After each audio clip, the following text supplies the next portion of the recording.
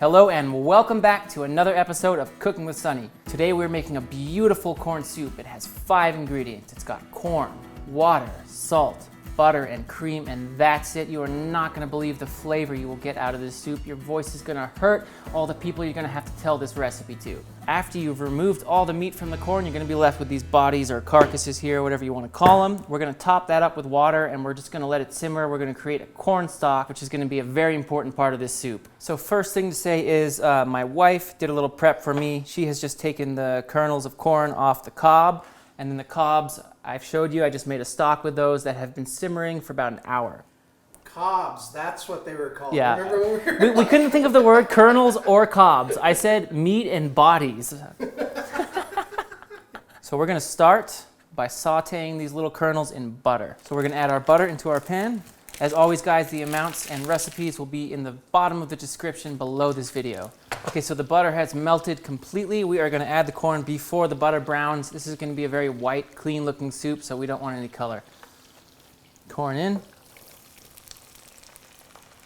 Oh, guys, I also should note, I'm in Colorado. It's late June. We're starting to get some of that really sweet, good early season corn. That is why I'm making a corn soup. I was just inspired, and I wanted to show you this. It is one of my favorite soups in the world ever to make.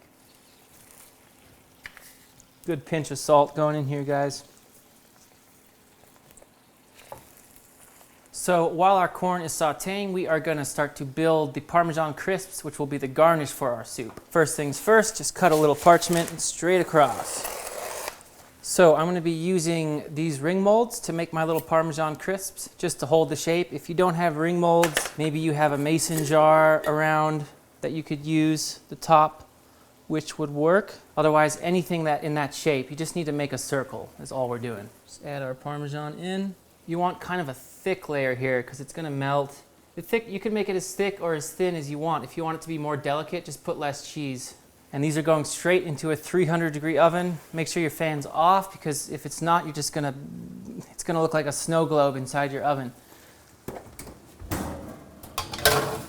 We're going to cook those just until golden brown. I'll give you an exact timing in my oven when they come out. So our corn has been sauteing for about 15 minutes in the butter. It's softened, it's sucked up some of that butter. All the corn and butter flavors have gotten to know each other. We're going to add this into a big pot. So our corn stock has been going for about an hour. We're going to add this back over the buttered corn. Okay, so now in there, we've got the butter, we've got the corn, we've got the salt. We're going to add some more in the end, and we've got the corn stock. That's all going to just cook up. We're going to let that corn soften up a little bit more so it's going to blend really smooth, and then we'll continue to the next step. So our Parmesan crisps have been in the oven for 10 minutes. We're going to pull them out. So you're going for a light golden brown color like you see here. So one more thing to note about these, not for this application, but they're still pliable when they're warm. And if you hold it in a certain shape, it will cool down and it will hold that shape. So you can make little cups, you can put little stuffings, little whipped goat cheese, different jams and chutneys in there. It's awesome. Anyway, we'll do some more recipes with that later on in the show. So now our soup has been boiling for about another 15-20 minutes. That corn's real soft. It's ready to blend. We're going to add the cream as we blend. So as always, guys and gals, just fill this up halfway. Even a little less than half, I would say. Just, you don't want your blender to explode. I'm sure it's happened to me plenty of times, but it's dangerous. So as you're pouring this in, just make sure you get a good ratio of corn to liquid, because the corn has sunk to the bottom of this pot. So we'll stick with about that. Now splash of cream going in as we blend each batch. Good splash. I find you get a better texture when you do that. Always take a towel, put it over the top. It's your second line of defense, right, if anything happens. Always start on a low speed and then increase to high. See, little spill.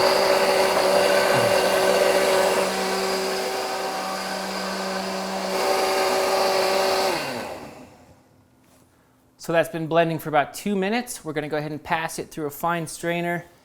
If you wanted a chunky corn soup, you could skip this step, but for me, this soup is a big part of it is about the texture and the silky velvetyness of it. So I would really honestly do this the first time, just so you can see how it's supposed to be. If you happen to have a spoon like this, it works great for pushing soups through sieves. If not, you could use a regular spoon, whatever works. So my spoon is just pressed against the bottom, it's pressed against the bottom, and I'm just moving in a circle, keeping the spoon on the bottom of the strainer. Once you've run all your soup through your strainer, just discard the pulp. I'm saving that for fritters, which you'll see in a future video.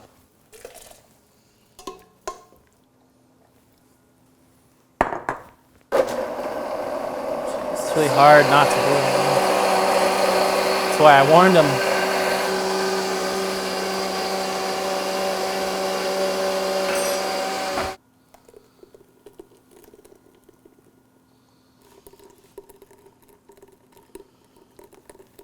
Okay, this time it is not going to explode.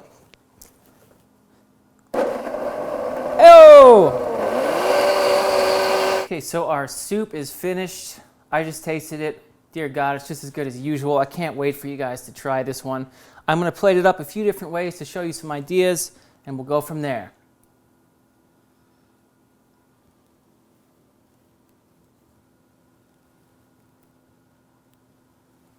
So remember our Parmesan crisps, they're perfect. We're going to use this as our garnish.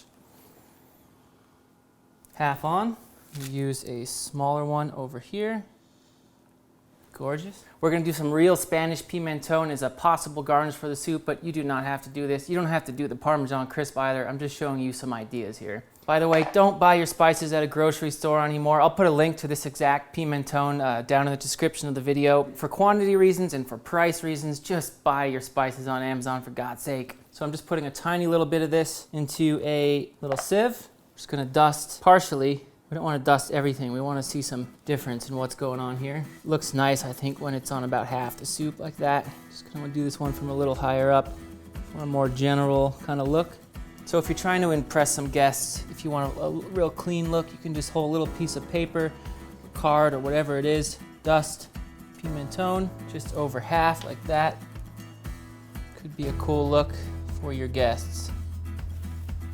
I love this, guys. It looks so clean, it looks so beautiful. It smells awesome, a little smokiness from that pimenton coming up. Let's give it a taste. You know what else I love about this? It's like the biscuit in your tea, right? Any British people out there? I'm born in York, for any of you Brits, so there's a part of me that loves crumpets and beans on toast. That's why it's English, right? Dip it in.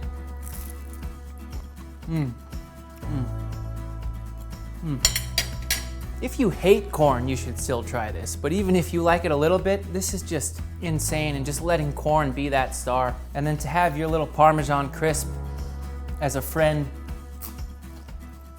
while you eat the soup. So a big thing about this soup is the texture. It's like so silky and velvety in the way it coats your mouth. Really wonderful. Just to know, I mean, it really just screams corn. And there's just this butteriness, silkiness from the cream. Absolutely beautiful. And that is it for today, my friends. If you enjoyed the video, please like and subscribe, and I will see you next week.